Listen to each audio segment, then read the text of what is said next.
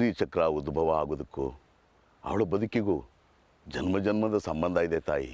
ಶ್ರೀಚಕ್ರದ ಉದ್ಭವದ ಕಾಲದಲ್ಲಿ ನಿಮ್ಮ ಮಗಳು ಸುಂದರಿಯಿಂದ ಏನೋ ಪವಾಡ ಜರುಗಬೇಕಾಗಿದೆ. ಆದರೆ ಅದೇನು ಅಂತ ಆ ಅಮ್ಮನವ್ರನ್ನ ಬಿಟ್ಟು ಮತ್ತಾರಿಗೂ ತಿಳಿಯೋದಿಲ್ಲ.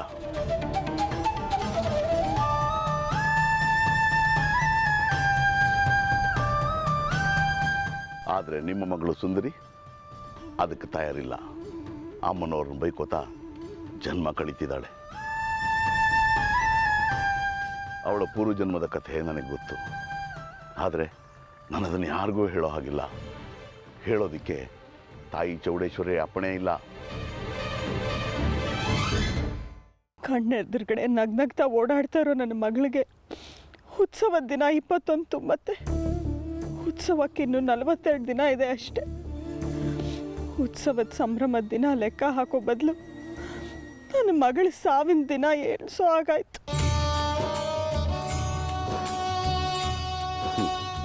ಯಾವುದು ನಮ್ಮಿಚ್ಛೆ ಅಂತ ಇಲ್ಲ ತಾಯಿ. ಆ ತಾಯಿ ಆಡಿಸ್ಬೇಕು, ನಾವು ಆಡಬೇಕು. ಆದರೆ ಇನ್ನೊಂದು ಅವಕಾಶ ಇದೆ.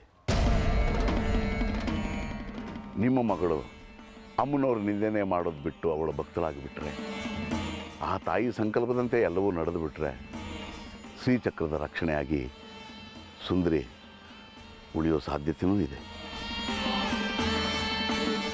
ಒಂದು ಪಕ್ಷ ಹಾಗಾಗಲಿಲ್ಲ ಅಂದರೆ ಶ್ರೀಚಕ್ರದ ಉದ್ಭವಕ್ಕೆ ಮುಂಚೆನೇ ಸುಂದರಿ ಪ್ರಾಣ ಹೋಗೋ ಸಾಧ್ಯತೆಯೂ ಇದೆ. ಏನು ವಿಧಿನೋ ಏನೋ, ಆ ವಿಧಿಗೆ ತಾಯಿ ಕಣ್ಣೀರು ಕಾಣಿಸೋದಿಲ್ವಾ? ಇಲ್ಲಮ್ಮ, ವಿಧಿ ಲಿಖಿತದ ಮುಂದೆ ನಿಮ್ಮ ರೋದನೆ ಆಗಲಿ ಕಣ್ಣೀರಾಗಲಿ ಕಾಣೋದಿಲ್ಲ. ಕಾಲಚಕ್ರ ಸಾಗಲೇಬೇಕು. ನಿಮ್ಮ ಮಗಳ ಪ್ರಾಣಾರ್ಪಣೆ ಆಗಲೇಬೇಕು.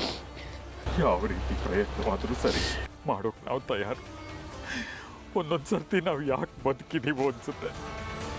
ದೇಶಿಕರೇ, ಇನ್ಯಾವ ರೀತಿ ಪ್ರಯತ್ನ ಮಾಡ್ಬೋದು ನೋಡಿ.